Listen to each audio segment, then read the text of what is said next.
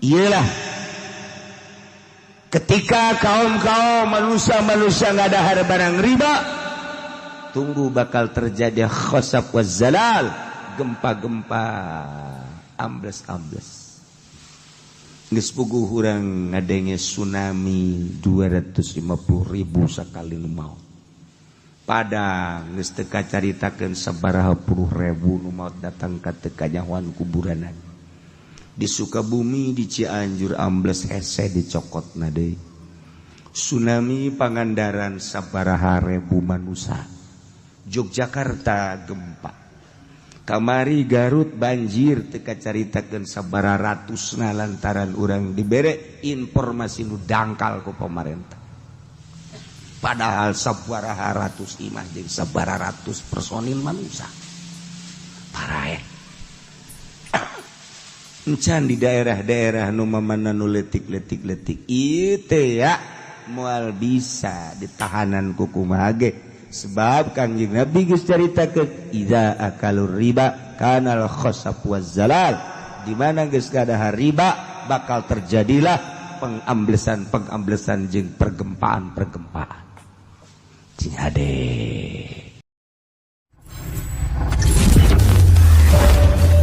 A'udzu billahi minasy syaithanir rajim.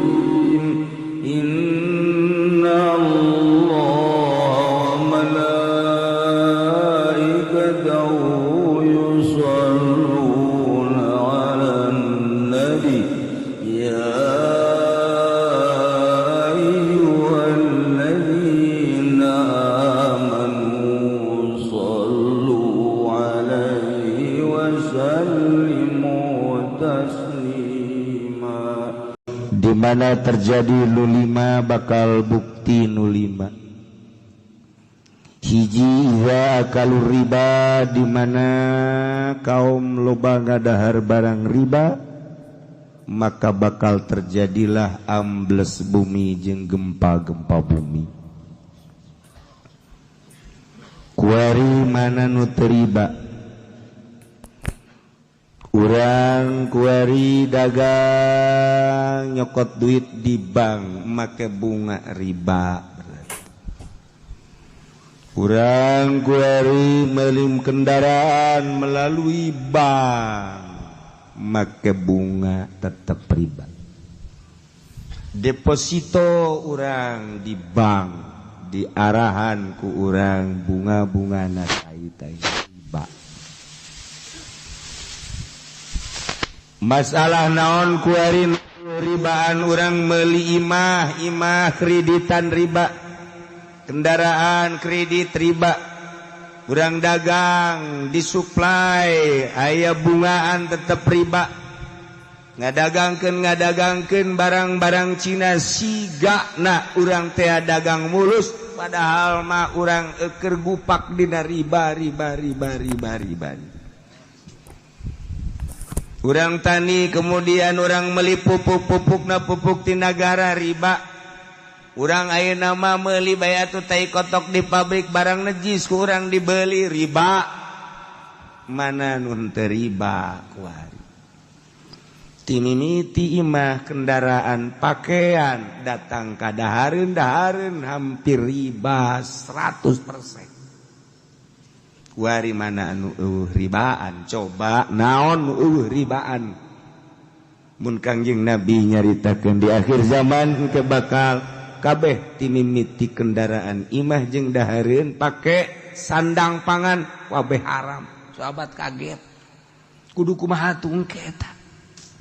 Ibadah ka Gusti Allah. Ieu kuari urang nah mana nu teribat? Mana? Urang hayang embung tina riba. Kiai kuari kiai cicing bae usahan teu naon tekan dibere ku pelimbah teh biang riba. Kuari kiai cicing bae kemudian dibere ku pamarentah, disumbang ku pamarentah, pan pamarentah mah juri riba. Urang dibere kuari ku petani rada deureus, petanina anu bisa mah rada deureus, tapi petani kapan ai petani gede mah surubukna dan lain sebagainya geus riba malulu urang dibere. ka kiai-kiai nu cicing bae nyesep kana urusan riba. Mana nu teu riba? Iyalah ketika kaum-kaum manusia ngadahar barang riba, tunggu bakal terjadi khasaf wazzalal, gempa-gempa, ambles-ambles. Geus puguh urang ngadenge tsunami 250.000 sakali nu maot. Padang geus teu kacaritakeun sabaraha puluh ribu nu maot datang ka teu kanyahoan kuburanan. Di Sukabumi di Cianjur ambles hese dicokotna deui. Tsunami Pangandaran sabaraha ribu manusia. Yogyakarta gempa. Kamari Garut banjir teka caritakeun sabaraha ratusna lantaran urang dibere informasi nu dangkal ku pemerintah. Padahal sabaraha ratus imah jeung sabaraha ratus personil manusia. Parah. Encan di daerah-daerah nu mamana nu letik ieu teh ya moal bisa ditahanan ku kumaha ge. Sebab Kangjeng Nabi geus caritakeun idza akalur riba kanal khasaf wazzalal, di mana geus gadahar riba bakal terjadilah pengamblesan jeung pergempaan. Cing hade hiji. Nomor kedua, wa idza jaral hukam qahatal matar, di mana geus lalacut para jaksa, para hakim, para pemutus hukum, ustad jeung kiai telah menyalahgunakan mana aya ku ari hakim anu jujur, mana aya jaksa anu jujur. Boro-boro hakim jeung jaksa anu aya di lingkungan 3 segi emas. Kiai bae ge kiai geus hese. Nu kudu hukuman haram tetep haram. Kiai masih kene ang-angan. Asana emang keur ieu mah haram eta budak. Kiai eta kredit wa emang ai asana mah bener eta. Ieu mah haram. Ai kuari mah ya wallahu alam lah. Baheula sepakat boga bang haram kitabna eta keneh, masalahna eta keneh. Kok ganti tahun ka dieu urang kababawa ka ditu.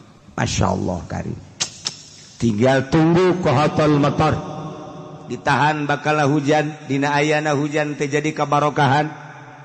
Biasana turun hujan teh sejuk tiis, tapi ieu mah turun hujan keur hujan ge urang hareudang keneh bae. Baheula mah turun hujan teh jararadi segala rupa. Jadikeun kasuburan anu pohara kuari mah turun hujan aya aturan tatangkalan di hujanan garing model kuari. Ieulah akibat pemutus hukum anu henteu jujur. 2. Nomor katilu, wa idza zahara zina wa 'alanu bihi kana al-maut wa kasra fillas. Di mana-mana lahir zina, bahkan kaum teh geus ngalohirkeun nembrakeun kana zina, maka bakal kapanggih engke di kaum paeh-paeh jeung loba parareh ngadadak. Kuari jelema teh baheula mah kakara rerendengan bae, rerendengan ge isin bae. Urang kampung ka Jakarta balik bareng jeung awewe teu wani rerendengan ja isin ku urang lembur. Masih kena aya adab. Tapi kuari Masya Allah geus lain rerendengan deh, silih pacok di jalan sini. Masya Allah. Geus ka isin buat budak ngora anu bodoh mah masih keneh rada leuheung, lain berarti halal, lain berarti menang leuheung, masih keneh menggebu syahwatna jeung nafsuna. Tapi pan kuari mah urang ngadenge naudzubillah summa naudzubillah min dzalik. Lamun nu berpendidikan ai eta guru-guru zararina, ari eta anu osok mere petuah-petuah di negara zararina. Lamun baheula di zaman Pak Harto, zaman Pak Adam Malik main bongkar-bongkaran, berapa cengceman wanita nu aya di Cipanas, nu aya di puncak. Saat eta main bongkar-bongkaran, nu tadina masyarakat teu nyaho. Di zaman Pak Adam Malik muncul Menteri Penerangan Harmoko. tidinyalah main bongkar-bongkaran kanyahoan jenderal anu cengcemana anu menteri anu cengcemana anu eta zaman eta kuari mah geus ambalaya kuari mah lantaran baheula mah disadiakeun teh lamun kunjungan ke negaraan luar negeri ka urang eta teh persediaanna aya di jerona perzinahan dek dipake dek henteu kitu kene kunjungan ke negaraan Indonesia ke Amerika ke Inggris ke mana dek dipake dek henteu tapi perlengkapanna geus aya kuari mah kunjungan DPR ka daerah bae geus kudu kos kitu jarariji aing mah ngadengeun lamun dibongkar urusan per DPR-an jeung per MPR-an naudzubillah min zalik wa min zalik wa min zalik wa min zalik wa min zalik wa min zalik wa min zalik wa min zalik wa min zalik uyuhan betah harirup di dinya uyuhan betah harirup di dinya Masya Allah nah iyalah bakal ulah kaget sing geletek bakal loba nu maot ngadadak truk maot ke bakal ambalai kuari geus kanyataan wa idza mu'iyatiz zakat di mana teu daek zakat dalam halakatil masyah bakal rusak sato-sato hewan lantaran eueuh kajujuran kan manusia kalimah wa idza ta'adda ala ahli dhimmah di mana berlebihan terhadap ahli dhimmah kafir-kafir anu bayar upeti di negara di urang ieu WNI warga negara Indonesia asli WNI anu nyieun warga negara baik eta bule maupun eta orang RRC atau sekitarna nyana domisili di urang bayar upeti kan ka negara ketika urangna berlebihan terhadap manehanana dimomoy ku urang sehingga dengan kamomoyan negara urang nyana bisa laluasa di urang bergerak perekonomian bahkan lain sekedar perekonomian nyana bergerak perpolitikan mengalahkan pribumi iyalah akibat ta'ada ala ahli zimmah orang pribumi ngamomoy ahli zimmah karena tidaulah kekuasaan bakal dicekel ku jelema-jelema kafir urang kene nu salahna datangnya nak mawa duit ke DPR diterima nyana bisa laluasa gerak nyana datang ke atasan diterima atuh kan laluasa boro-boro eta deui dewan jeung pemerintah dibawakeun ka golongan ka organisasi Islam diterima atuh nyana leuwih laluasa gerak maka lain sekadar perekonomian ku ari nu dikuasai ku ahli zimmah yane kafir bahkan perpolitikan geus dikuasai ku nyana akibat urangna lengah kunaon atuh mun cara lalayangan terus bae diulur hanya sekedar sebuah kendaraan hanya sekedar sebuah penghargaan hanya sekedar sebuah dunia tapi acak-acakan makan kabehan iyalah lamun jelema geus berlebihan terhadap ahli zimmah yakni kafir-kafir kana tidaulah bakal ayalah kekuasaan dikuasai ku kafir baheula mah masih kene terpimpin di zaman Pak Harto teu bisa gerak nyana silakan perekonomian gerak hanya sebatas ekonomi tetapi aya aturan-aturan main setelah dibuka blak kuari geus bararuncul kafir-kafir nu jadi bupati jadi gubernur urang geus teu berdaya kuari akibat urangna kene lunak ku dunia tinggal diperhatikan ku urang kaharep lantaran negara makin bok-brok negara makin kacau negara makin amburadul lain eueuh di luhur teh anu barisa ngaji lain eueuh di luhur nu talar Quran tetapi naon hartina Quran ditalar lamun eueuh mangpaatna jang negara naon hartina kapinteranana seorang menteri lamun kamangpaatana teu karasa ku urang naon artina sebuah organisasi Islam lamun memang teu karasa ku urang mana atuh ieu napas-napas Islamna tarolah napas-napas demokrasina mana atuh kuari lantaran lunak terhadap ahli zimmah kekuasaan bakal dicekel ku ahli zimmah tinggal orang introspeksi negara nusaki gedena dicekel ku bangsa Indonesia nusaki lobana jeung palalinterna kok hanya segerintil dua gerintil manusia bisa menguasai orang bodoh amat orang bloon amat orang goblok amat orang tolol amat orang ditolol-tolol ge emang orang mah tolol digoblok-goblok emang orang goblok kunaon atuh hanya beberapa gerintil manusia bisa menguasai. Marilah urang introspeksi babarengan negara urang sebuah negara anu maju nu makmur. Anu diperbutkeun ku seluruh negara lantaran ieu hasil nagarana luar biasa. Geus puguh pertanian, logam, minyak, kayu segala rupa aya di urang bahkan aya seberapa pulau anu encan pernah dijamah ku tangan-tangan manusia saking makmurna sakieu ge dikorup terus ku Amerika dibawaan ke luar negeri lain bae Amerika bahkan negara-negara lain mawaan hasil-hasil bumi tetapi henteu pernah kadenge di urang kalaparan henteu pernah urang seakan-akan nyabodokeun mengabaikan sabodolah tetapi lamun geus menguasai negara berarti kan gede dicaplok ieu negara urang berpikir nayalah wa iza ta'adda ala ahli zimmah kanat ad-daulah cekangjing Nabi di mana dibere embar jelema geus sumuhun dauh berlebihan terhadap ahli zimmah sehingga urang teh bertekuk lutut kanat ad-daulah kekuasaan bakal dicekel ku ahli zimmah naudzubillah min zalik wa min zalik kul bejakeun ku anjeun Muhammad li ahli Makkah ka para ahli Makkah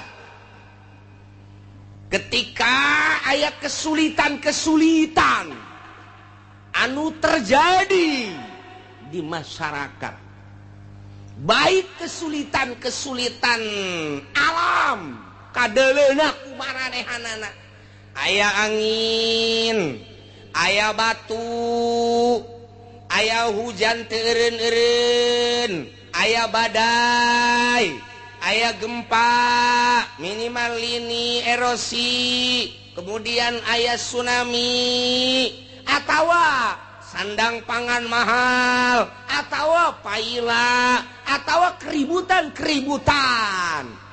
nah penyakit coba tah ketika kos kitu saha anu bisa ngaleungitkeun jeung nu bisa nyalametkeun bejakeun Muhammad ke ahli Mekah bejakeun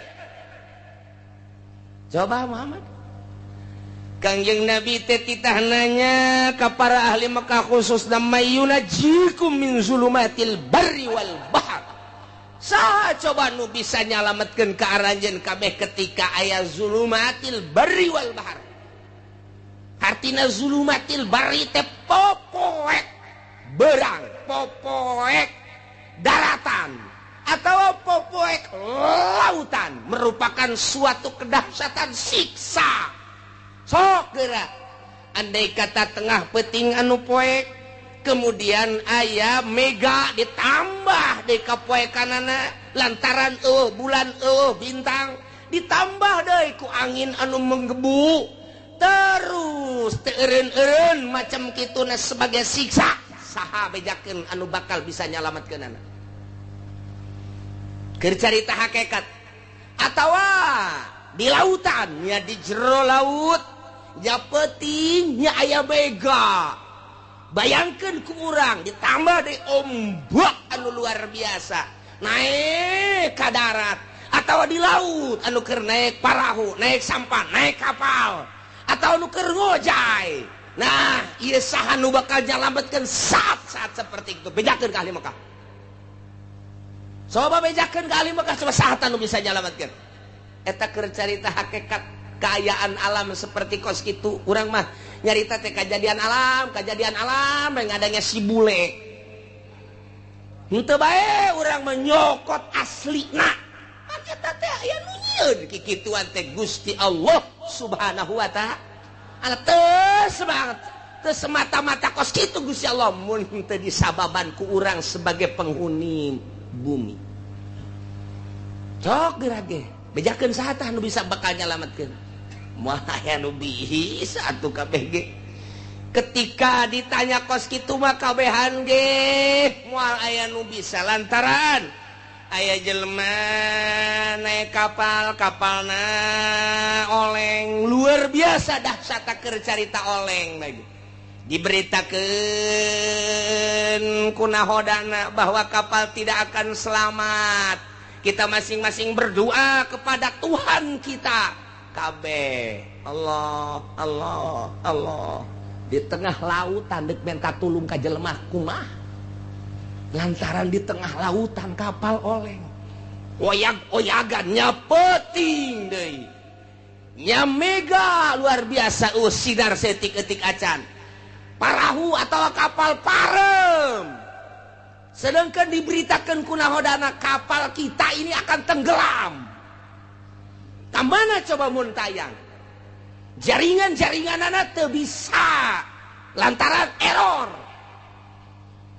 Telepon ke mana teu bisa, tinggal ngan ka Allah doang. Nu Katolik jeung nu Kristen geus saat eta mah pasti Allah Allah Allah sobat komo nu Islam sanajan nyana tukang mabok, nyana tukang zina, nyana tukang korupsi, ketika kapalna oleh Allah Allah Allah Allah Allah Allah Allah Allahan kajen kumaha ge.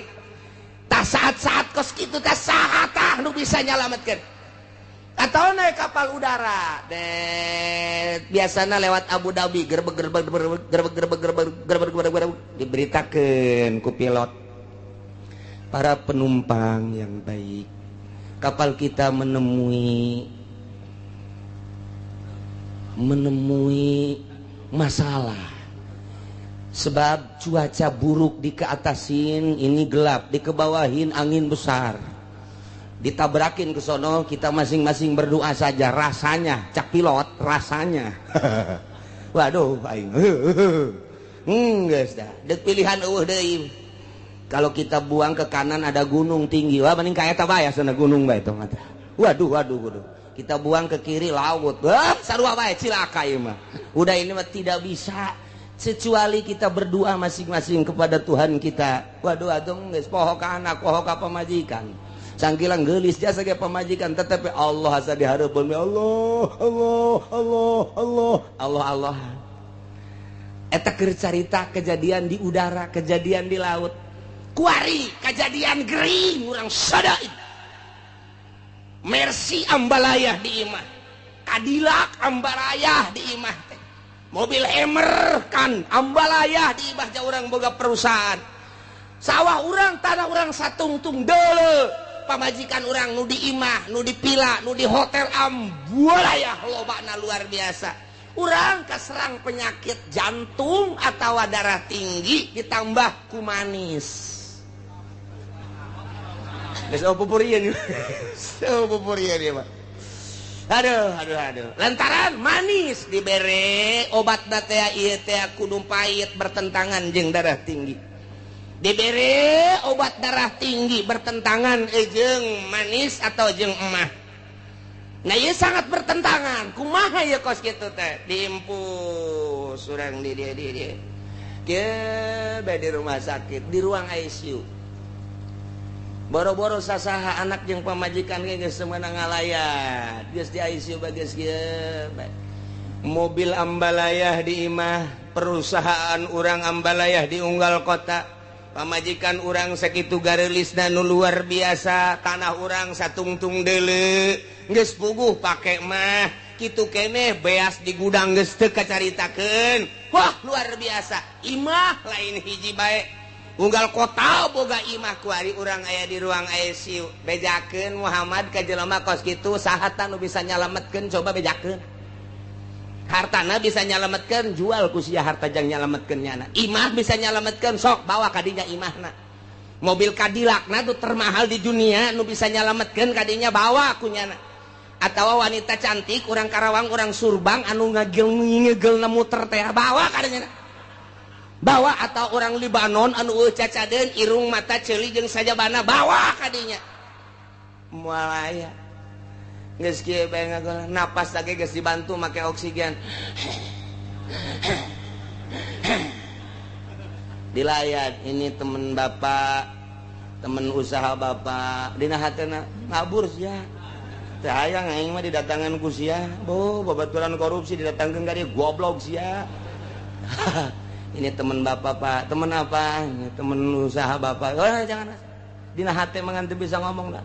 Inditkeun aing keur ka Allah sebenarnya. Tapi lamun datang ini santri mana ya? Santri nu datang ka bapak teh nu teluk ditanya nyana deuk macakeun yasin. Diuk didinya tadi. Hayangin saat eta mah tadi didatangan ku santri. Supaya kabantu-bantu nginget-nginget Allah. Aya laku santri mah geus kos kitu. Kumaha nyana teh amanat. Coba si santri teh kiai tita ka dieu kitu. Bang macakeun tah cai. Ji atuh keimanan mah jantung Allah. Nyana geus ge Allah teh inget ka mobil, teh inget ka imah, teh inget ka istana, teh inget ka jabatan, teh Allah. Bejakeun Muhammad. Saat anu bisa nyalametkeun saat-saat kritis modal kaos kitu. Apakah nyana boga pikiran harta bakal nyalametkeun? Moal aya. Apakah nyana boga pikiran imah mewah gedung istana nu bakal nyalametkeun? Teu aya. Apakah manusia anu sering mengelilingi dirina nu bakal nyalametkeun? Teu aya. Malah gilaeun kanu kos kitu. Saha? Sebabnya lagi tad'unahu tadarru'an wa khufiyah. Nyana saat eta mangadua ka Gusti Allah anu luar biasa DP na jeung sasamaran di jero hate. Bahasa sumut bage Allah-Allahan, bahasa hatena ge Allah-Allahan. Moal aya anu muntayang ka makhluk, moal aya anu muntayang ka harta, moal aya nu muntayang ka jabatan, moal aya nu muntayang ka tahta jeung kerajaan. Saat eta mah tad'unahu tadarru'an wa khufyah hiji Allah. Bejakeun Muhammad sahat anu bisa. Moal aya nu bisa nulungan jeung nyalametkeun kabeh ge. Saat urang keur kena musibah di kapal, saat urang kena musibah di udara, saat urang kena musibah ragag misalnya ti luhur gunung, moal inget kana naon? Urang naik gunung, mendaki gunung ke tebing tek di luhur, kemudian ragag ka handap moal inget kana naon? Allah modar sia. Saha nu bisa nyalametkeun saat eta? Dadung tinggal dadung, jelema tinggal jelema, moal aya nu bisa nyalametkeun. Tah. Urang teh dititah teh saat-saat keur henteu kakenaan musibah. Saat-saat keur teu kakenaan ku syadaid, gering misalnya kudu nol seperti eta. Nu mantak waliullah teh bisa nganolkeun.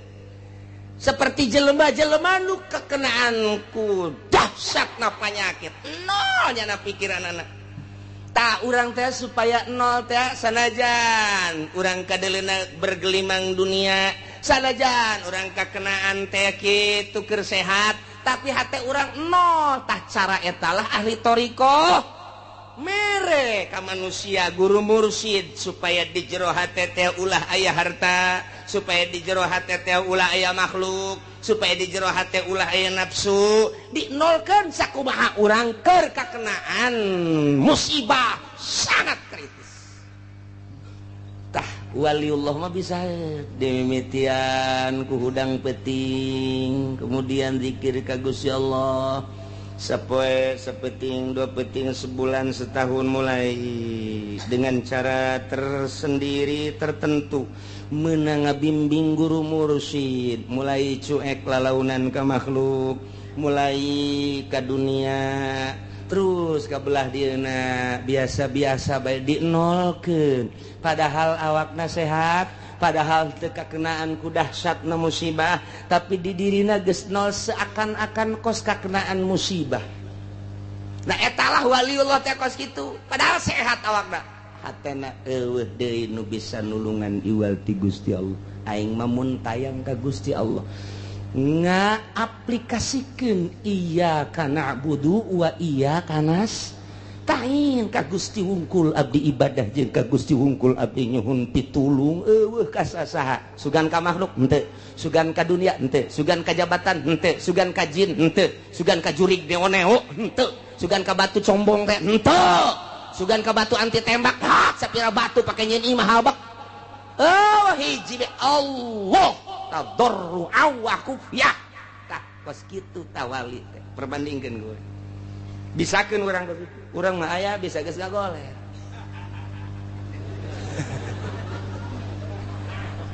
arawas beraga daing keur ka Allah recok yakna teh tipi pareuman tipi ngagoler badi nungguan bawa isuk bae sore tipi ya we pindahkeun budak pindahkeun abah nek zikir we ka Gusti Allah puyeng abah mah asa-asana nek di ka Allah geuning padahal mah TV loba mobil moga segala rupa awaskeun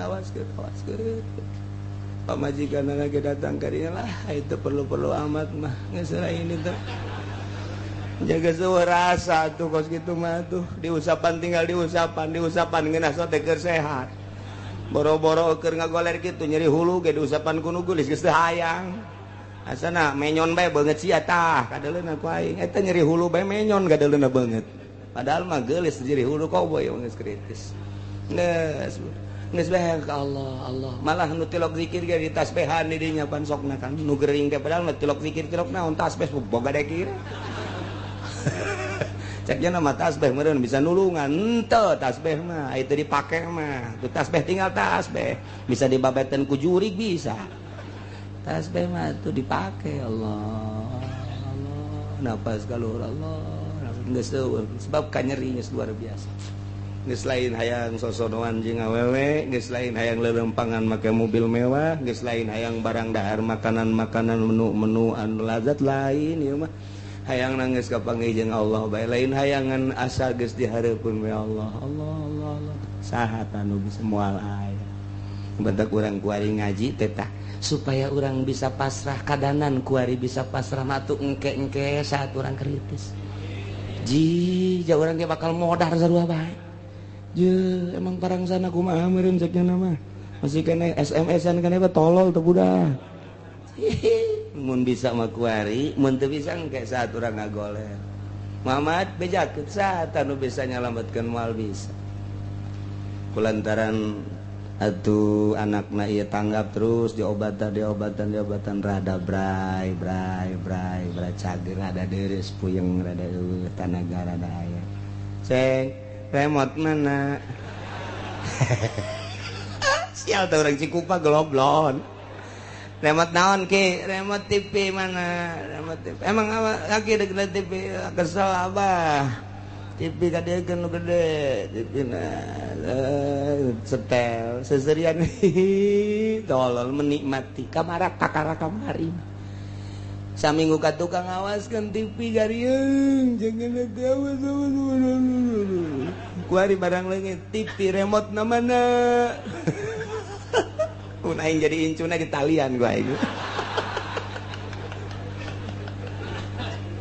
jelema teh kos itu percis eta teh lain batur sia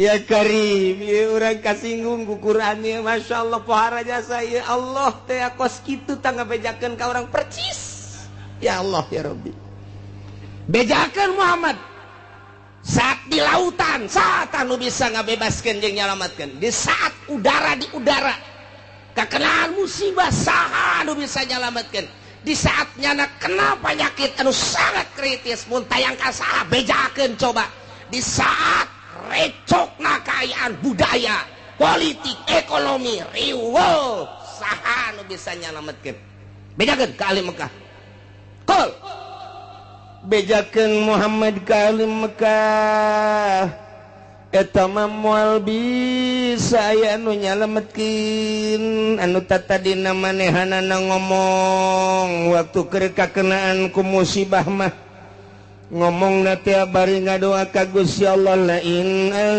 anjaitana min hadhihi lanakunanna minasy syakirin cekupar-kupar Mekah lamun mah Gusti Allah teh nyalametkeun ka kami tina musibah nu sakieu dahsyatna. Lamun mah Gusti Allah bisa nyalametkeun ka kami tina hiruk pikukna kahirupan. Lamun mah Gusti Allah bisa nyalametkeun kana panyakit anu luar biasa dahsyatna nu tiba ka Gusti ka kaula. Andai kata dileungitkeun ku Gusti Allah nyana ngadoa di jero hatena. Kos kitu doana mun teh mah Gusti Allah nyalametkeun lanakunanna minasyakirin. Kami bakal syukuran ka Gusti Allah, bakal iman ka Gusti Allah. Kos kitu kabehan gitu. Orang-orang musyrik di mana kekenaan ku musibah mun tayangna tetep ka Gusti Allah nyana ngadoa ka Gusti Allah di jero hatena, baik langsung ku sungut kadenge maupun jero hate. Jana ngadoana tabarrua wa khufya DP bari jelas tur di jero hatena. Langsung ka Gusti Allah lain anjaitana min hadhihi Gusti lamun teh mah Gusti nyalametkeun lanakunanna minasyakirin kami deuk iman. Lamun jelema anu mukmin jelema anu Islam nyana ge ngomong di jero hatena bahkan kasaksian ku babaturanana lah cenah lamun geus cager mah kula mah deuk ngaji bae deuk jeung ibadah bae. Moal maksiat deui babaturanna tatanggana komo keluargana mah kabehan ge ngadengekeun di barang disalametkeun ku Gusti Allah nanyakeun remote deui. Bloon. Aya aki-aki, lain aki-aki, aya jelema budak ngora tabrakan barang tabrakan teh parah luar biasa diimpus terus dibawa ka ICU. Kabladieuna rada deres diurut nu pararotongna. Terus kieu bade mana ngomong ka babaturanna geus aing mah deuk tobat, moal mabok deui, moal judi deui lah aing mah karasa jasa. Iki nyaho cager nyaho teh mun ku Gusti Allah dicagerkeun aing mah deuk ka masjid bae, deuk ibadah bae geus teh hayang mah kos kitu sieun paeh cak nyana ge. Aju rada deres bisa make tungket saeutik Jumaahna ge jam 10 batur can ka masjid, jangan geus ka masjid. Urang lembur ge nyarahun jasa kadeuleu ku kabehan bu jadi getol eta jelema budak ngorak-ngorak keneh. Terus bae dihareup deui nya nama ditihang lantaran ngajojor sukuna teu bisa ditilepkeun sabulan 2 bulan 3 bulan rada deres bisa nilep masih keneh ka masjid kan jam 11. Terus gua hari mah geus teu kudu make tungket ka masjid keneh ngan jam 12 kurang 10. Kuari mah bisa deui naik motor babarengan jeung baturna geus teu wauheun ka masjid. Eta di Cikupa anu kos kitu percis jasa. Aslina mah urang Cilongok sih. Cilongok Gandu. Eta kos kari itu eta. Nya da ge ngomong di jero hatena aing lamun cager mah deuk ibadah bae ka Gusti Allah moal maksiat deui. Ieu eta percis kos urang Mekah. Andai kata lain anjaitana min hadhihi lanakunanna minasyakirin. Kos kitulah manusia. Kos kitu manusia. Ya Allah, ya Rabb. Gusti Allah bejakeun Muhammad ka para musyrikin Mekah, ka para kufar Mekah. Moal aya nu bisa nyalametkeun janang aing tamah. Nu bisa nyalametkeun bejakeun. Allahu yunajjikum minha wa min kulli kab. Allah anu bisa nyalametkeun ka ranjeun kabeh tina musibah nu sakitu dahsyatna wa min kulli karbin jeung tina sakabeh kasusahan nu terjadi ka dirina. Moal aya nu bisa nyalametkeun kecuali Gusti Allah. Ketika disalametkeun kunaon atuh summa antum tusyrikun. Begitu disalametkeun mun teh mah tadi dina kapal teh naek ka darat musyrik deui. Padahal ke waktu oleng kapal mah di tengah-tengah lautan jang mun tayang ka makhluk ka babaturan iwal ti ka Gusti Allah nyana ngomong lain anjaitana Gusti mun nyalametkeun ka abdi tina musibah kapal ieu mana peuting mana poek mana angin luar biasa mana ombak luar biasa diberitakeun di kunahoda bakal cilaka kabeh mun tayang Gusti lamun salamet abdi dak iman begitu disalametkeun kunaon atuh summa antum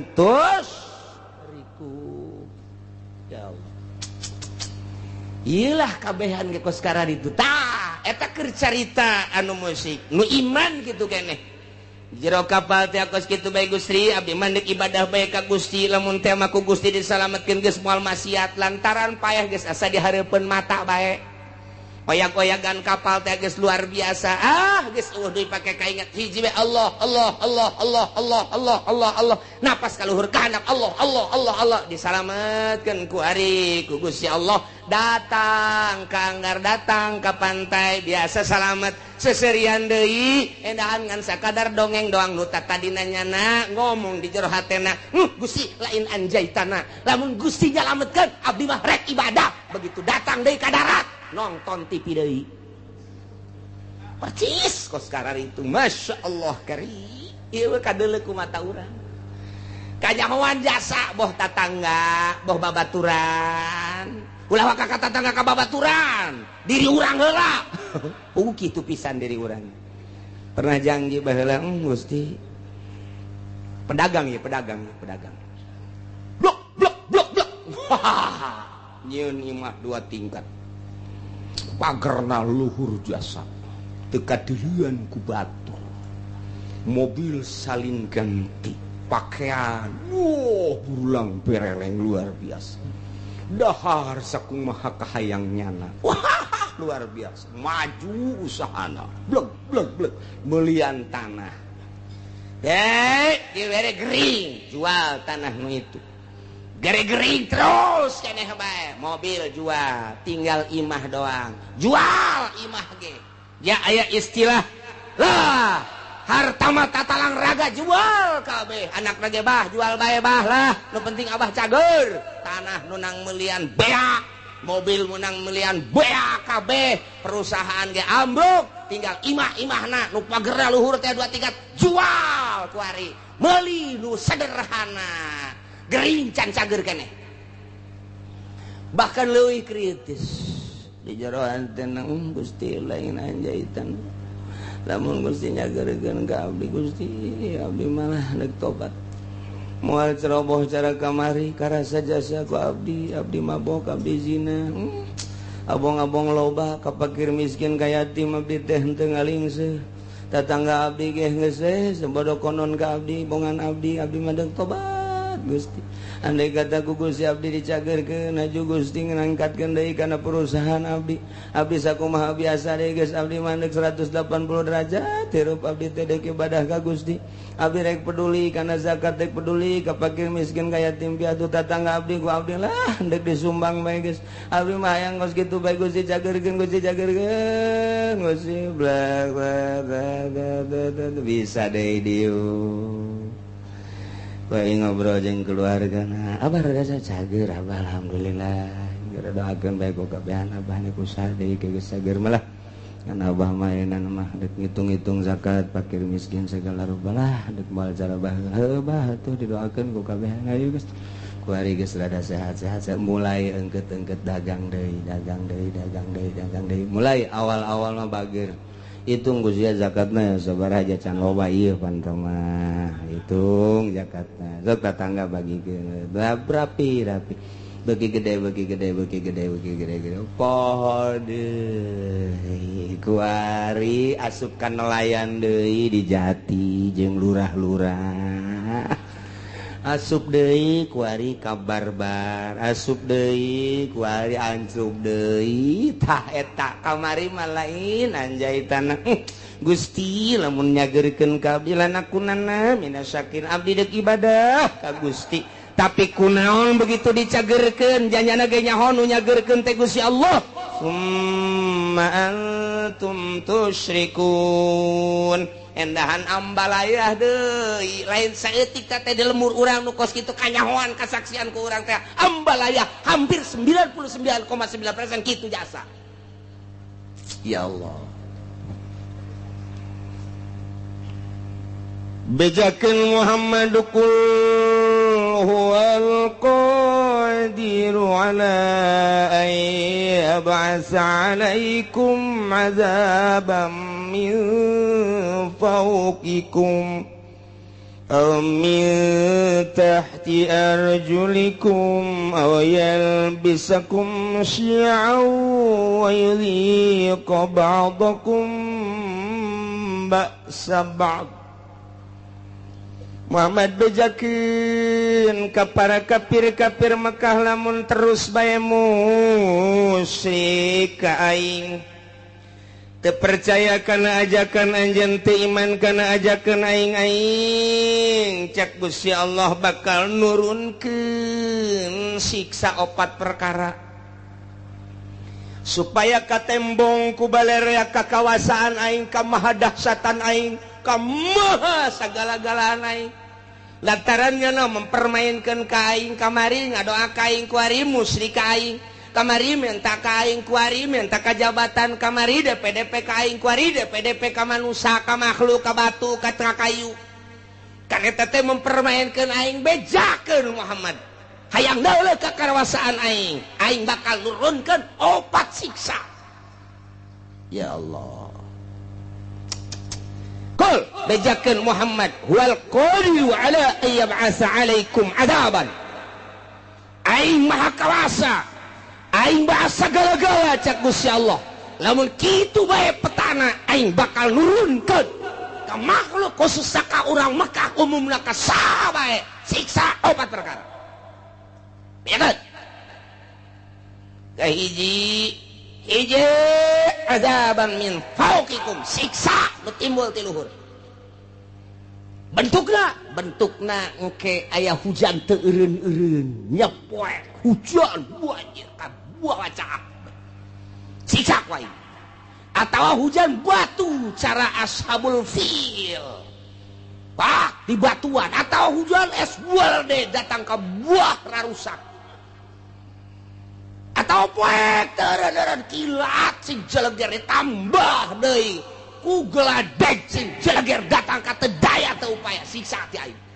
Min paukikum aw min arjulikun, atawa kahandap dihandap timbulna ieu, dihandap timbulna mimiti ku aing teh dioyag-oyag lini bae, lini doang aing mah sok geura hayang nyaho bongan teu iman ka aing, bongan teu nurut ka aing, teu iman ka ajakan anjeun Muhammad.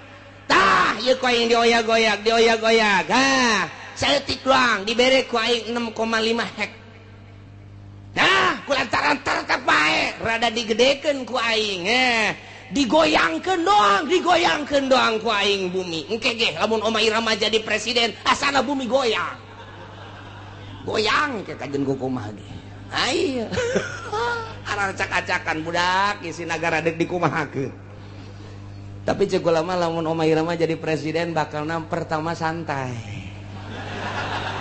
Nginahin ke beres santai lari pagi ke kajen luar. Masya Allah mantap luar biasa. Iya kari.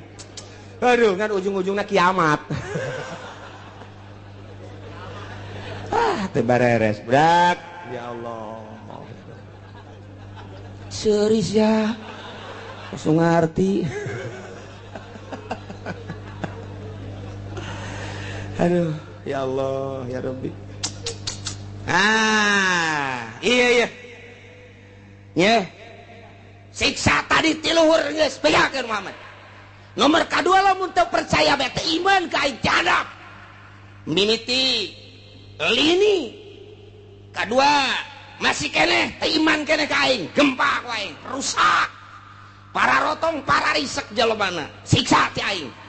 Mun masih kene bae amblas ka jero deuleu di padang datang ka kuari teu puguh kuburanana, diambleskeun ku aing 1000 kejadian padang teh dibalikeun bae ku Gusti Allah ka deuleu nama gunung ret nimpah imah sabaraha ribu manusia nu kuari teu disolateun, ente dipandian siksa ti aing.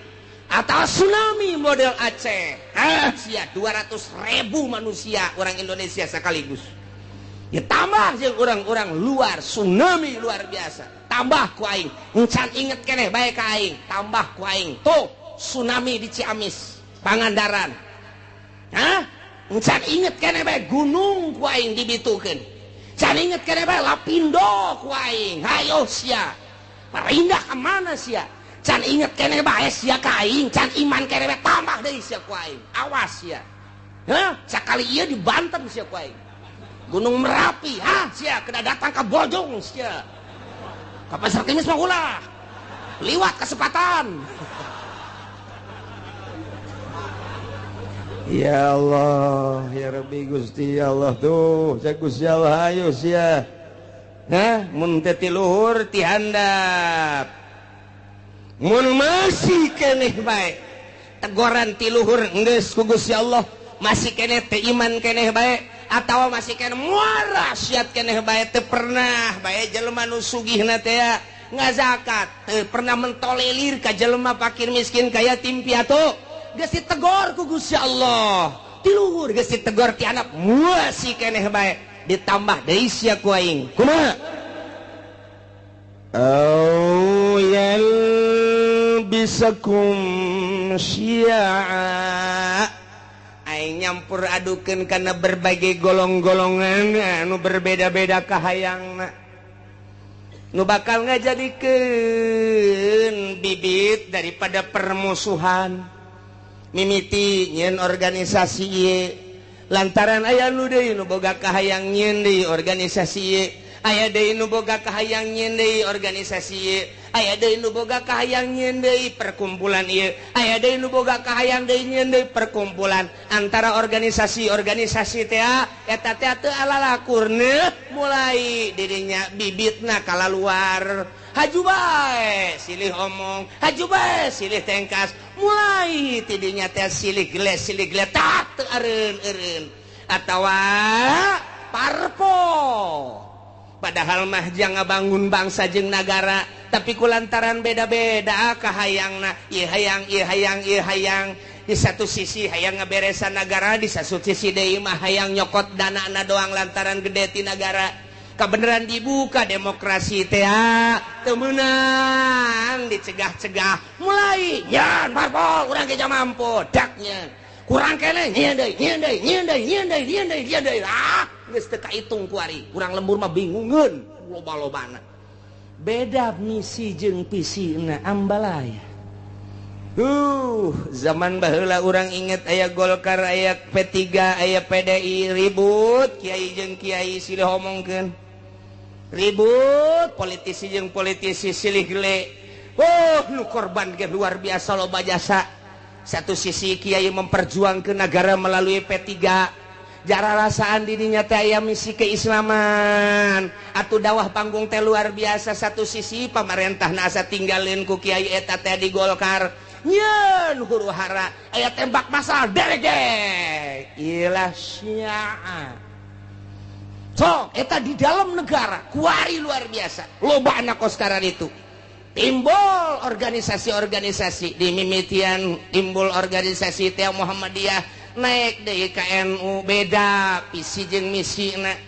Lantaran itu mah Wahabi, ieu mah ahli sunnah naik deui, timbul deui aya Islam Jamaah. Diorganisasikan deui aya Islam LDI, diorganisasikan aya NI, diorganisasikan deui aya HTI, diorganisasikan deui aya Islam Jaulah, diorganisasikan deui aya Islam aliran kepercayaan, diorganisasikan deui aya Islam Toriko, diorganisasikan berbagai Islam beda kabeh suarana timbul huru-hara. Aya di Qur'ana kos kitu mantak ahli tafsir mah senyum bae.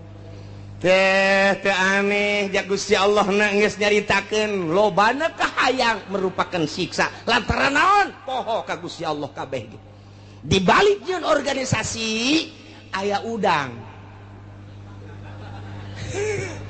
Iya aya udang di balik batu tah eta mah kos kitu tah. Nah nu mentek nyeun organisasi sok geura desek komo dek aya kepentingan negara. Bisaan jasa Soeharto mah buat organisasi Pancasila, buat KNPI, buat organisasi tek-tek jeung bengekna dijieun supaya ngadukung ka ditu. Anu henteu milu kadinya sok deui tumpas. Kot kitulah kaayaanana. Kiai pisah antara Kiai Golkar jeung Kiai P3 jeung Kiai PDI. Kuari teh dimodernkeun. Kiai modern jeung Kiai Salap ribut luar biasa. Kiai Salap jeung Kiai Salap ribut. tuh ieu teh geus aya, ieu teh merupakan siksa lantaran kabeh teu ka Allah. Ieulah siksa ti Gusti Allah, ausiaan au yalbisakum syi'a teu karaha sakurang. Toel ku urang kiai eta, heuh, tu aing sarua ka Allah, aing ngaji. Kos kari itu ngomong. Toel kiai nu, sok sangeunahna bae. Loba omong, hayu bae urang berjuang, sia di dieu aing di dieu. Kabeh teu bisa dihijikeun. Visi dan misi disatukan teu bisa. Kabeh ngabogaan visi jeung misi nu berbeda-beda. Ribu ya karim, masya Allah. Lamun sarua dek ngabangun bangsa jeung negara, atuh naon make jeung silih gelek, silih tumpas, silih omongkeun, silih ajukeun. Ya Allah ya Rabbi, kuari geus 3 di Indonesia anu mangtak ngajarikeun huru hara besar, KPK, polisi, hiji deui naon? Ayo coba sih. Kuari geus jadi 3 ngakar tek. Geus, masya Allah. Geus teu bisa. Naon kitu ngaranna harmonis kuari teh. Geus dihandapna geus siap dek perang kuari. Abri geus kabagi 3. Pihak ieu, pihak itu, pihak ieu. Geus kos kitu di Indonesia lantaran boga kahayang pancenah ieu teh nagara urang. Pancenah ku urang dibangun, danana kan ti masyarakat. Kunaon atuh kuari teh kos kararitu. Polisi geus teu percaya ka KPK. KPK geus teu percaya ka kitu yudikatif, geus teu percaya deui ka legislatif, geus teu percaya deui ka eksekutif. Main silih salahkeun DPR kuari nyalahkeun polisi, polisi kuari nyalahkeun KPK, KPK terus bae nyalahkeun DPR, DPR nyalahkeun polisi, polisi nyalahkeun KPK.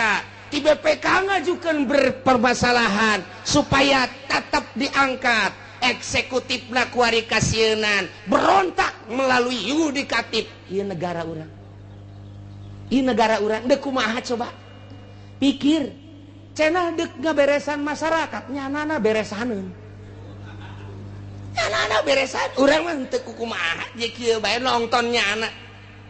Ieu teh kuari teh kos kitu mun hayang nyaho di negara urang. Lamun sok mengamati politik di Indonesia seperti eta. Guys, teu kudu nonton TV, teu kudu ngadengekeun radio, ngaji sia di dieu bakal nyaho. Saya kieu nyaho ti mana? Aing mah susuganan. Bukan aing mah susuganan kos kitu bae lah pokona mah. Lamun aing salah, deleukeun. Je, nu mantak sakieu deui bakal ditangkep. Kaje nu di luar mah ulah geuna nyaho.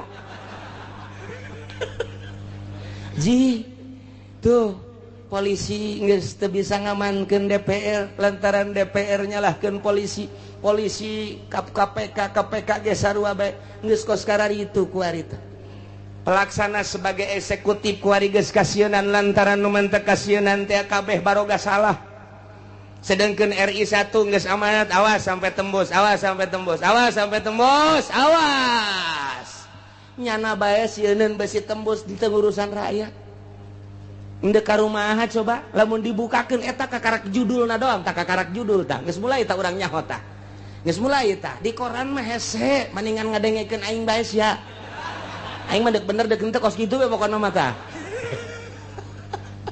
Je, emang kumaha gitu. Masyaallah. Timbul yalbisakum syi'an eta secara nasional.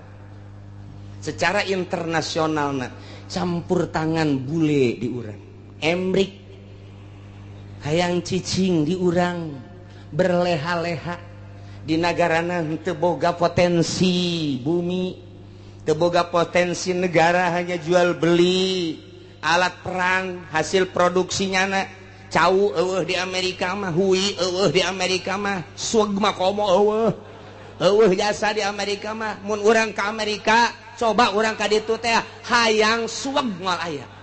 Di urang ge teh hayang sueg jeung naon atuh. Neangan awi moal aya di Amerika mah, nu sok pake nyayur teh anak awi naon ngaranna? Iwung. Coba neangan di Amerika mantap kuda teu betah ge iwung. Eueuh di ditu teh. Neuleunya na ka Indonesia aya iwung, aya awi, aya cau, aya anak cau. Aduh luar biasa. didelekunya hasil bumi minyak ayah logam ayah dan lain sebagainya cekel hulu lo ngomong sih ya guys kuaing iman negara ulah lo ngomong yang sebarang sih ya itu bisa pak ini meraitas rakyat mana lo ngomong itu bisa ya tembak siapa ya wah saya sebar persen sih ya jipan lain gula doang merek kabeh ya udah tanda tangan teh beres geus cicingnya na di nyin gedung di Indonesia luar biasa lambat laun ternyata loba anu dibawa ka ditu dibanding jeung nu dinimbati ku urang nah mulai dibuatlah kepercayaan bule di urang ngadu di antara politisi di luhur ya kepercayaan bule ya kepercayaan rakyat ngadu timbul huru-hara internasional bakal naik taya di Indonesia ge tinggal pencet knop doang jegur ujian anak emang kumaha gitu rakyat geus teh sudi jasa di bawah kikieuan tetapi pemerintahnya tidak mentolerir geus ka rakyat tetapi iya kan bumi pertiwi Indonesia Bhinneka Tunggal Ika 135 juta rakyat Indonesia cak Raden Homa Irama disatukan oleh Bhinneka Tunggal Ika ada kumaha gitu geus tinggalin tambah kali mah 135 juta lain 35 juta kuari mah bung jenggot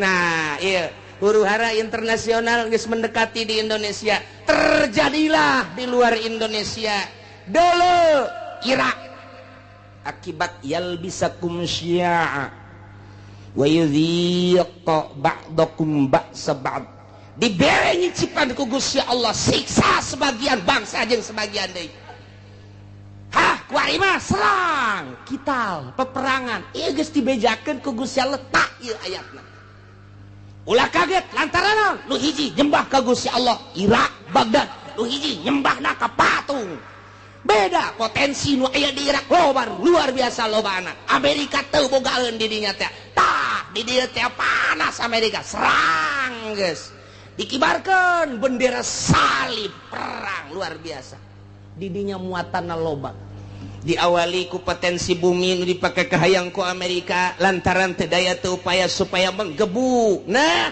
bendera salib perang salib kuari dipaekeun perang lah dahsyat ti ditu modar ti dieu pae kabeh ngaran-ngaran perang mah pararah bae yalbisakum syi'a wa yudhiqa ba'dakum ba'sa ba'd ditimbulkan ku Allah bakal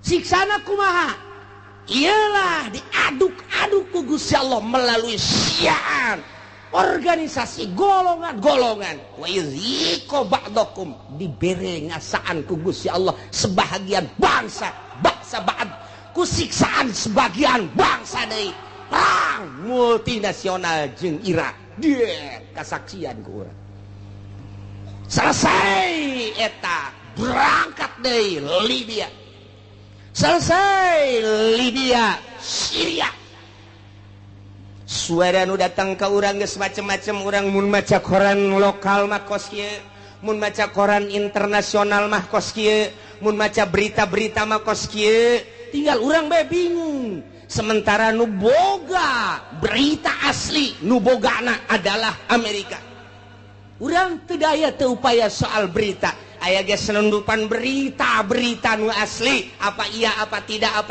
tidak mulailah dikaburkeun Bashar Assad teh merupakan Firaun lah satu sisi Bashar Assad ia adalah memperjuangkan bangsa jeung negara melalui agama Islam satu sisi jaritakeun Bashar Assad teh ieu adalah Syiah anu luar biasa satu sisinya nama Wahabi satu sisi deui Ahli Sunnah wal Jamaah nu jelas mah urang kebingungan kabeh supaya naon supaya mendukung ke Amerika teu nyaho keaslianana kumaha tah kos kitulah yuwayal bisakum syi'a wa yudhiqa ba'dakum ba'sa ba'd perang dia kulantaran disuplai ku Iran Amerika neuleuh heula bahaya sebab di Iran aya 3 rudal anu luar biasa. Nomor kahiji rudal Husein, kadua rudal Hasan, nomor katilu rudal Ali. Ngaranna ge teu kira-kira. Ngaranna teu kira-kira. Rudal Husein lamun diberangkatkeun datang ke Amerika. Rudal Hasan bisa ngajegur jang Amerika. Rudal Ali mah bisa neangan musuh susulundupan. Ndeu kumaha coba hayu. Cak Amerika kekeketaan heula. Jieun heula coba hayang nyaho ku urang. Sok pancing melalui Israel. Melalui Israel berangkat der jeung Palestina menang Amerika eta teh. Begitu dahsyat luar biasa. Nah, Palestina supply dar. Hanya 9 hari Israel kabur. Tinggal cek Amerika angkat ulah bahaya yang bahaya. Kita cari dulu lain eureun neangan kelemahan. Kos gitulah ieu keur carita yal bisakum syi'aw wa yadhiqu ba'dakum ba'sa ba'd. Disiksa ku Gusti Allah ku di luhur geus. Dihandap ge geus melalui tsunami siksaan kurang kumaha dahsyatna. Sabaraha juta manusia anu disiksa ku Gusti Allah titah iman ka Gusti Allah. Tapi tetep bae teu iman dibere ku Gusti Allah. Awas cek Gusti Allah. 2 deui. Hiji perbedaan golongan. Nomor kedua titah ngarasaan antara golongan, antara negara, antara bangsa ribut peperangan modar kene. Kaharti apa puyeng nyenetes.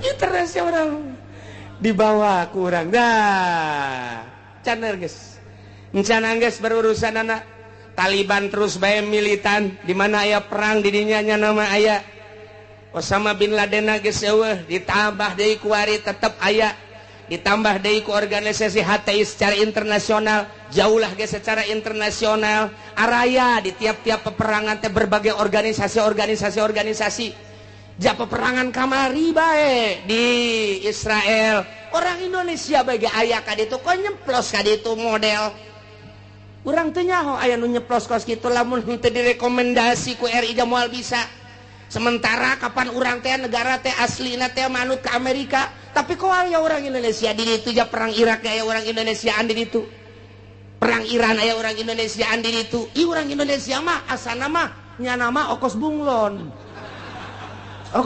ya nama. Bisa kade-kade tuh batak Indonesia lain lalagaan ditakuti ku orang Amerika. Teka caritakeun orang Palestina di Palestina aya orang Malaysia, teka caritakeun di Palestina aya orang Thailand, teka caritakeun di Palestina aya orang Korea, tapi orang Indonesia mah aya di ditu.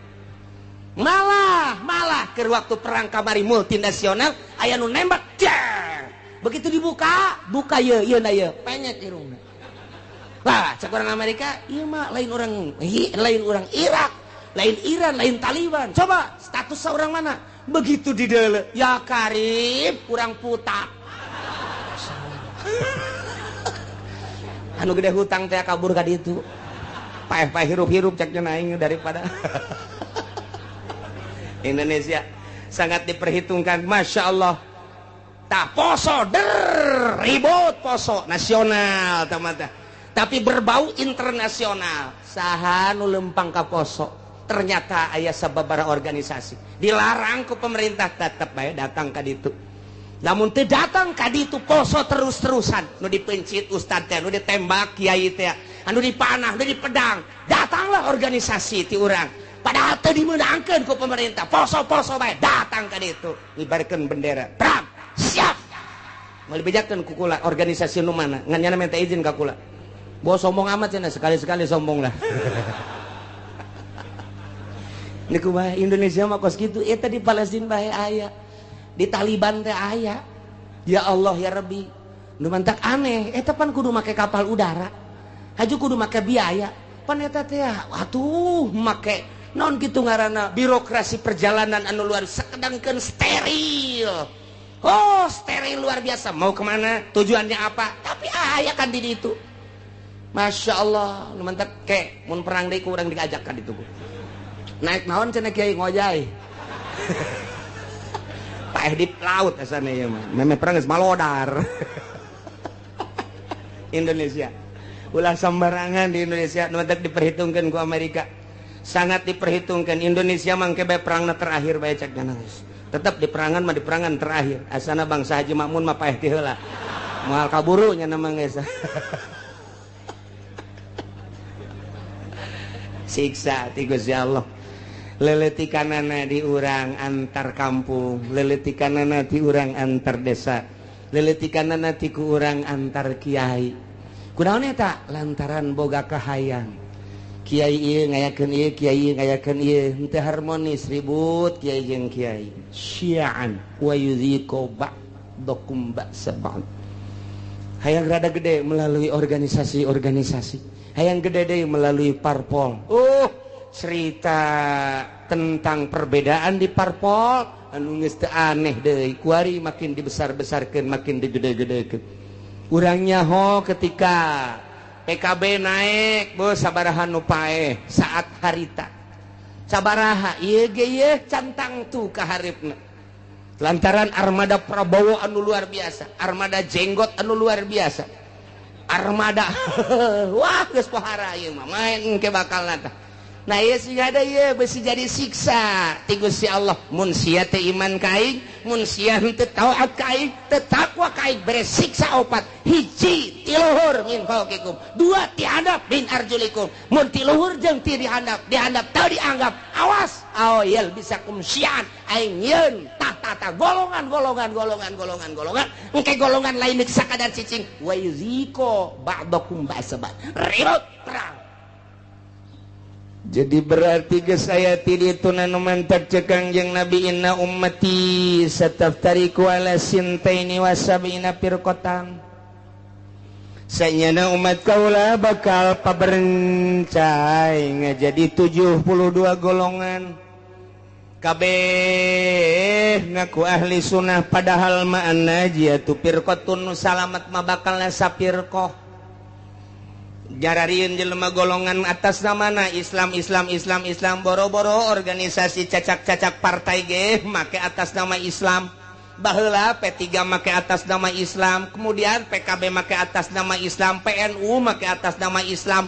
Padahal mah di Indonesia mah kapan teu meunang nyeun partai Islam lantaran kabeh ge huluna adalah demokrasi. Teu meunang berbau sara. Tapi kelantaran nipu ke masyarakat make aturan Islam lain aturan, make lebo Islam ujung-ujung nama atuh nanti lah nanaonan ribut Golkar jeung P3, ribut P3 jeung PKB, ribut KB jeung PNU, ribut jeung PD, ribut.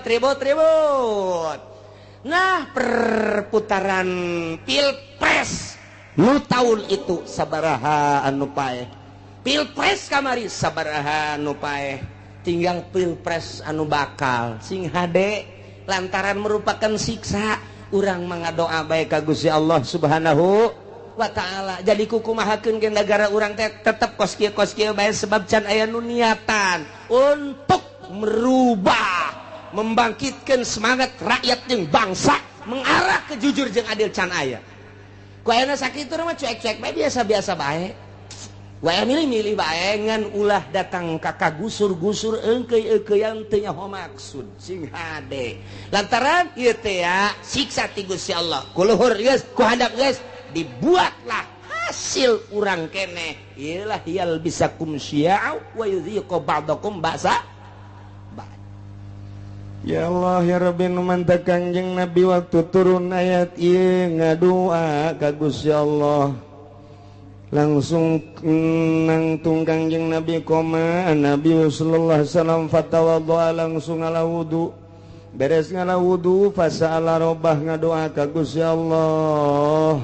Ngadoana ya Allah.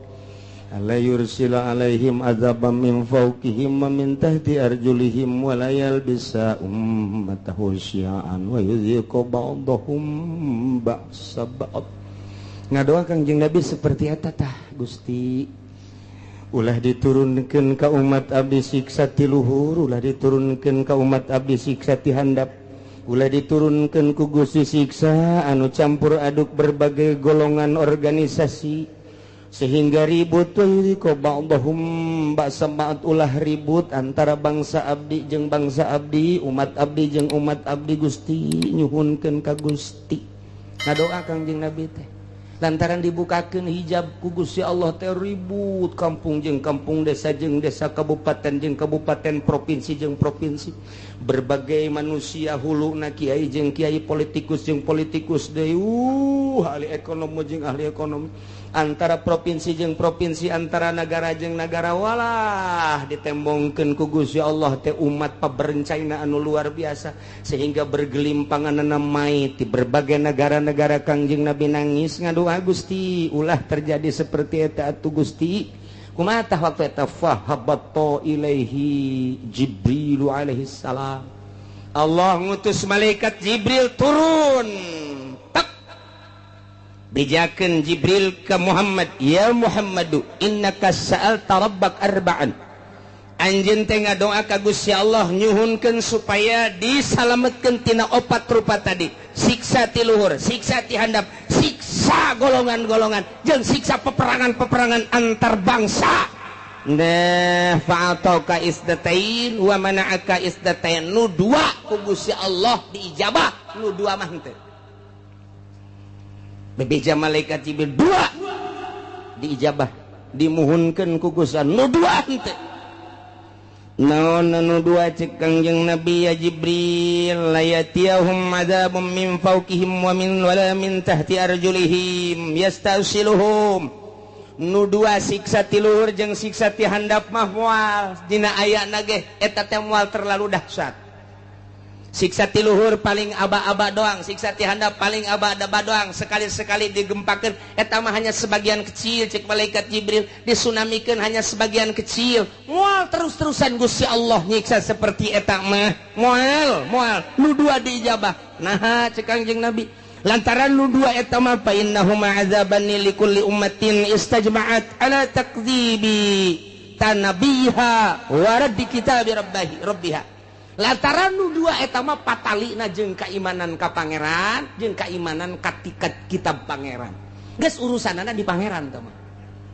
Lantaran nya teh iman bae atau maksiat bae, teu percaya kana Al-Qur'anul Karim atau ngarobah status hukum Al-Qur'anul Karim. Ku Allah dibereng ke ti luhur jeung ti handap ala kadar doang Muhammad teh mah. Moal dahsyat jasa moal. Moal nu dua mah tetep diijabah sanajan aya ala kadar. Anu dua deui, nah lamun nu dua deui mah Muhammad eta mah cek Gusti Allah ditahan tamah, walakinnahum yalbisuna syi'an wa yudhiqu ba'dahum ba'sa ba'd. Nu dua ieu mah hiji bakal timbul golongan-golongan eta mah teu diijabah ku Gusti Allah. Nomor kedua bakal ribut antara umat, antara agama, antara bangsa. Eta moal diijabah teh diijabah tetap tama bakal terus bae eta mah. Bahkan wa yudhiqu ba'dahum ba'sa ba'd, bakal ngarasakeun peperangan antar negara jeung negara. Geus aya ti ditu nu mantak ahli tafsir mah ketika perang Irak Amerika teh aneh, ketika perang Libya teh aneh, perang deui Palestina teh aneh. Lantaran geus aya dina Al-Qur'ana ayal bisakum syi'an wa yuhiqu ba'dakum ba'sa ba'd. Masyaallah ya manu dua mah teu Kangjeng Nabi naros Jibril nah nu dua ieu kon teu diijabah, padahal mah poharaja saya mah merupakan siksaan. Wa hadzani azabani li ahli al-iqrar bil kutub wa tasdiq bil anbiya. Lantaran nyana percaya ka kitab, percaya ka nabi, ngan nyana teu make kitab jeung teu make nabi. Lantaran nyana percaya kana Al-Qur'anul Karim dimusabakohkeun mulai tingkat RT datang ke tingkat nasional, datang ke tingkat internasional. Quran dimusabakohkeun antar negara, Pakistan, India, Mesir, Irak, Iran, Arab. Oh timbullah juara satu dipake henteu. Kahiji. Nomor kedua percaya bahwa Nabi akhir zaman adalah Kangjeng Nabi Muhammad. Di berbagai negara diakui bahwa Muhammad adalah Nabi akhir zaman. La nabiya ba'dah, dari Nabi sabada Kangjeng Nabi. Tapi teu pernah diikuti ajaran-ajaran Kangjeng Nabi. bahkan dikatukangkeun nyana teh make ajaran manusia ajaran jelema ku nafsuna bae. Nah ieu mah bakalna peperangan mal eureun-eureun.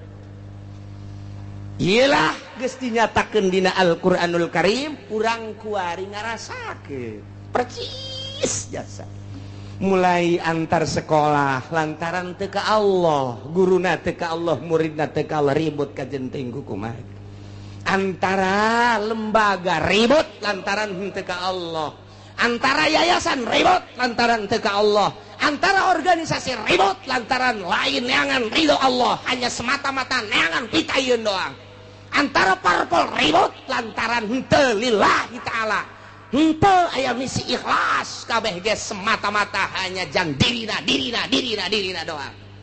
Nah iyalah bakal moal eureun-eureun siksa nu dua mah hiji yal bisakum syi'a bakal timbul golongan campur di dieu. Nomor kadua geus aya golongan yuziqu ba'dakum ba'sabad golongan nu ieu nyerang ka nu ieu nyerang kana timbullah peperangan baik di kampungna sorangan di nagarana sorangan atau antara negara bakal terjadi teu bisa tama lantaran doa Kanjeng Nabi teu diijabah nu dua ieu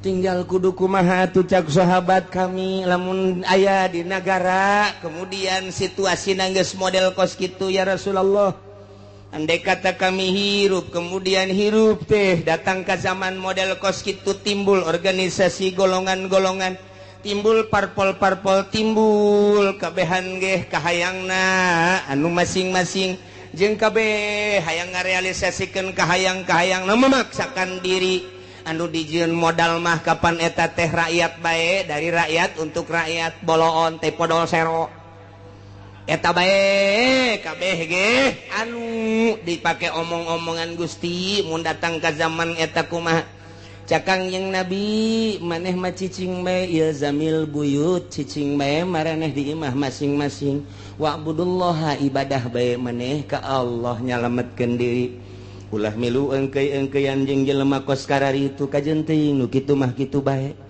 cak sahabat atuh engke nagara kudu kumaha engke ge aing nyieun engke bakalna kesatria cak Gusti Allah saat aing dek ngararapih nagara eta di mana geus kacau engke aing bakal nyieun kesatria rijal bahasana engke rijal ku aing ditimbulkeun anu gagah nu luar biasa engke ge moal kaharti ku otak-otak manusia saat eta bakal mimpin bangsa mimpin umat mimpin negara di luar konstatir manusia engke ge bakal ditimbulkeun ku aing tah ke geus aya kesatria bakalna ke kakarak umat nuturkeun satungtung can aya kesatria mah ulah waka cek manusia engke cirina kumaha Gusti eta kesatria nu bakal mimpin bangsa model kos kitu teh cirina deuleu bae engke si Semar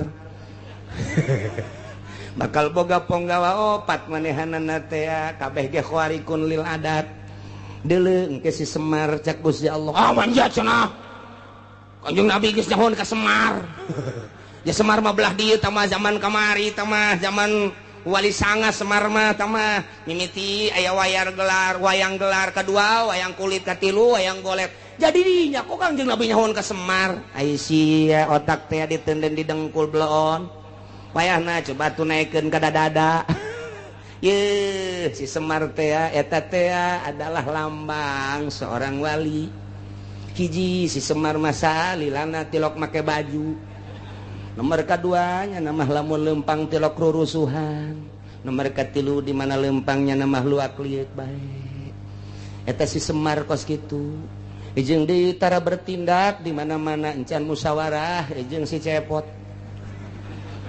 sia seuri sok tongton meureun nya tetepnya nama kudu musyawarah heula jeung si Udel jeung si Cepot jeung si Gareng tetep musyawarah ke masukan tidinya berarti nyana nama tilok turun langsung kege aya tangan-tanganna tetep ahli Allah bae kitu jadi didukung ku para ahli Allah geus lamun make bajuna hurung herang keneh lain si Semar mah geus urang teh angan ke calon presiden anu henteu make baju siapa bodoh jasa siapa aduh bodoh jasa teangan ke calon presiden anu henteu make sepatu teangan coba anu make sempak doang mantap biasa ieu mah atuh geus bae ku urang duetkeun Oma Irama jeung Rita Ya Karim ya Allah ya Rabbi. Nah ku Kangjeng Nabi disilokakeun engke ge aya ahlullah al-arif billah nu bakal mimpin negara. Nu mantak baheula teh kurang kumaha gagahna di Indonesia berbagai kerajaan-kerajaan coba Sunan Rahmat diutus ku Gusti Allah. Dilanjutkeun ku para sunan diakhiri ku Sunan Cirebon eta kabeh ahli-ahli Allah Subhanahu wa taala. Banten nu katengah katelah degeulna lantaran boga ilmu pucuk umun di dinya di mana hibar satungtung deuleu ngalengkah 40 imah kalengkahan diutus ka dieu teh Maulana Hasanuddin ahli Allah tumbang nu kos kararitu kuari ge lain teu nyarekel kana ilmu kabeh ge ieu bangsa di DPR pusat teh nyekel ilmuna ilmu dugala kabeh. Lantaran manehanana ditembak supaya ngebul di anu supaya anu nyekelna ilmu kararitu wungkul lantaran ieu nu kuari mah tapakna kabeh ge di Pelabuhan Ratu jeung Nyi Roro Kidul. Masya Allah satungtung can kadeuleu ke bakal aya kiai ge menyuarakeun kiai nu asli ikuti. Kurang lamun di deuleu kamari eta Gus Dur teh Kosi Semar ja. Percis Kosi Semar. Coba ge amati coba.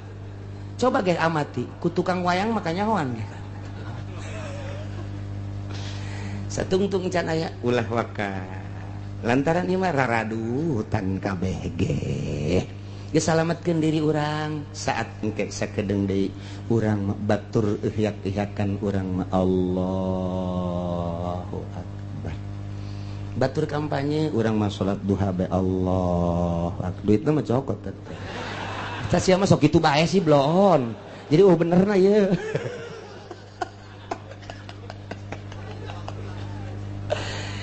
tah jadi urang kuari alhamdulillah sanajan bari jeung saminggu sakalinya ho urang informasi akurat ti Gusti Allah Subhanahu wa ta'ala khususna dakwah ka umat di Mekah baheula umumna kuari ka urang balerea. Ternyata ketika ditegor didakwahan ku Gus Kangjeng Nabi teu iman teu percaya datang ka kiwari ge kitu bae bakal dibere opat rupa hiji azabam min fauqikum tiluhur bentukna engke mungkin hujan mungkin megledek mungkin kilat mungkin hujan batu badai dan lain sebagainya angin topan angin beliun dan lain sebagainya atawa tiana mancercai gempa erosi dan lapindo kabeh jadi embek nah ieu ditegur ku kitu masih kene maksiat bae ka Gusti Allah bakalna ditimbulkeun yal bisakum syi'an nah nu jelas mah nu dua mah ku Gusti Allah diminimalkeun diijabah doa Kangjeng Nabi tapi nu dua mah teu diijabah kuari ku urang kasaksian kuari dardir durna kasaksian jasa kuari ieu lah keur memeujeuna ayat ieu pas jasa kabeneran jasa urang hirup pas di zaman model pas nu dicaritakeun ku Gusti Allah melalui Kangjeng Nabi urang Kangjeng Nabi Muhammad sallallahu alaihi wasallam numantak unzur kaifa nusarriful ayati la'allahum yafqahun pikir ku anjeun kumaha Gusti Allah ngajelaskeun kana dalil-dalil kakawasan Gusti Allah.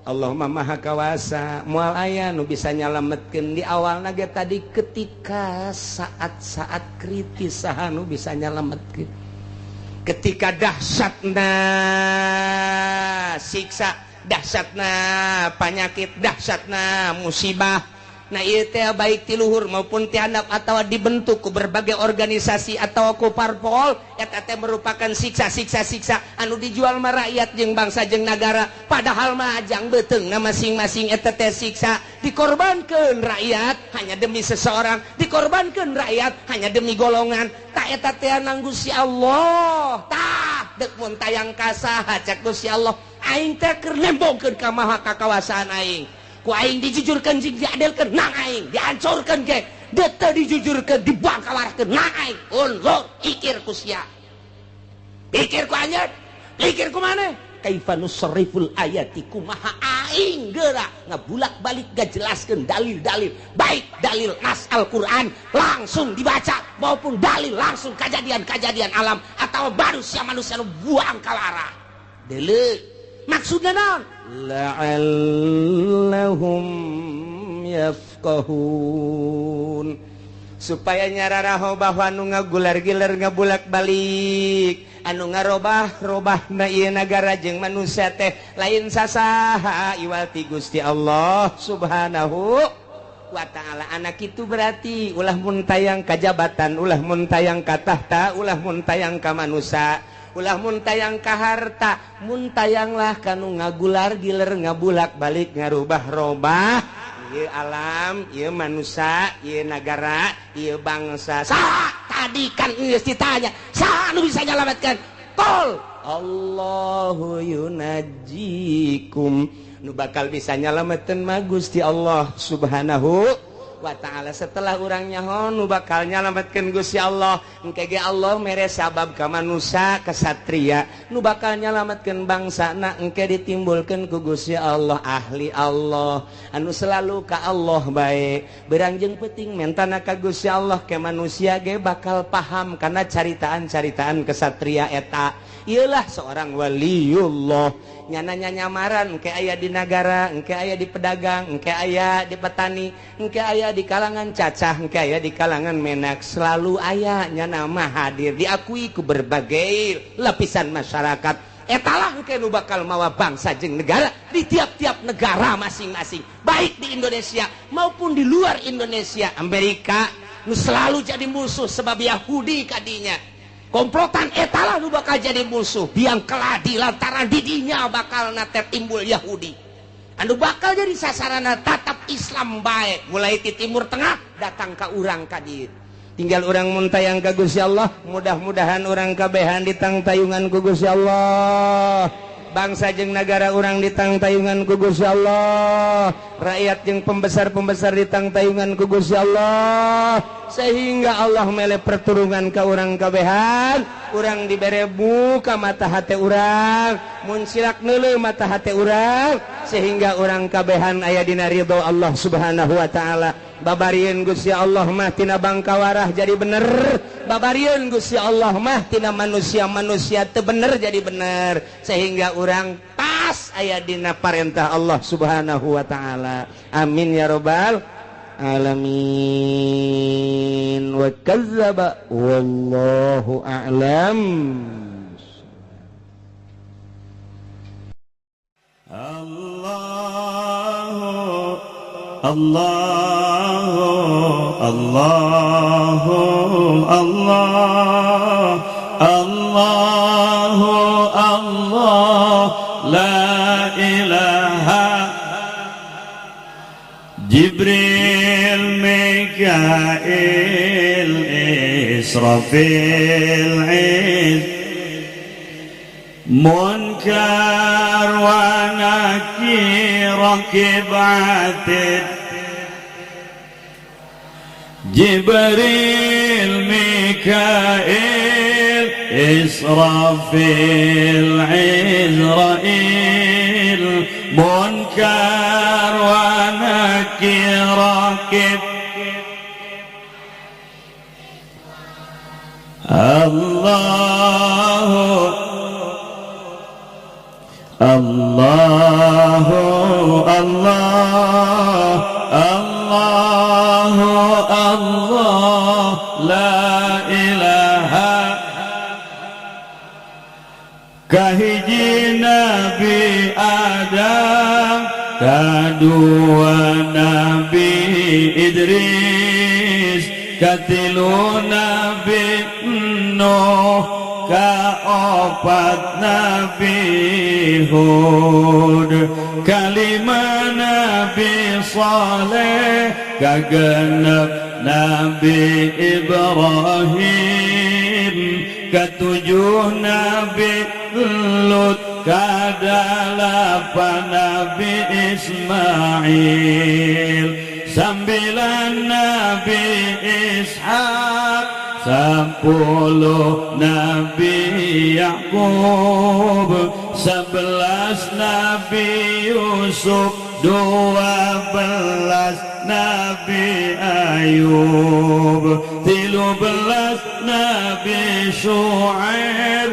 14 Nabi Harun, 15 Nabi Musa, 16 Nabi Ilyasa, 17 Nabi Zulkifli, 18 Nabi Daud, 19 Sulaiman, 20 Nabi Ilyas, 2 hiji Nabi Yunus, 22 Nabi Zakaria, 20 Nabi Yahya, 24 Nabi Isa, 25 Nabi Muhammad sallallahu alaihi wasallam. Moal ayat dari Nabi dugi kapoe, moal ayat dari Nabi dugi kapoe. Allahu Allahu Allahu Allah Allahu Allah la ilaha. Jibril, Mikail, Israfil, Munkar wa Nakir, Rakib Atid,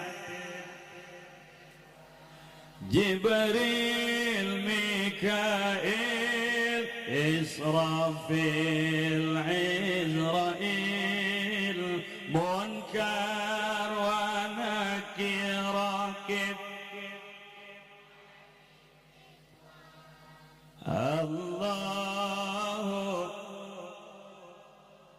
Allah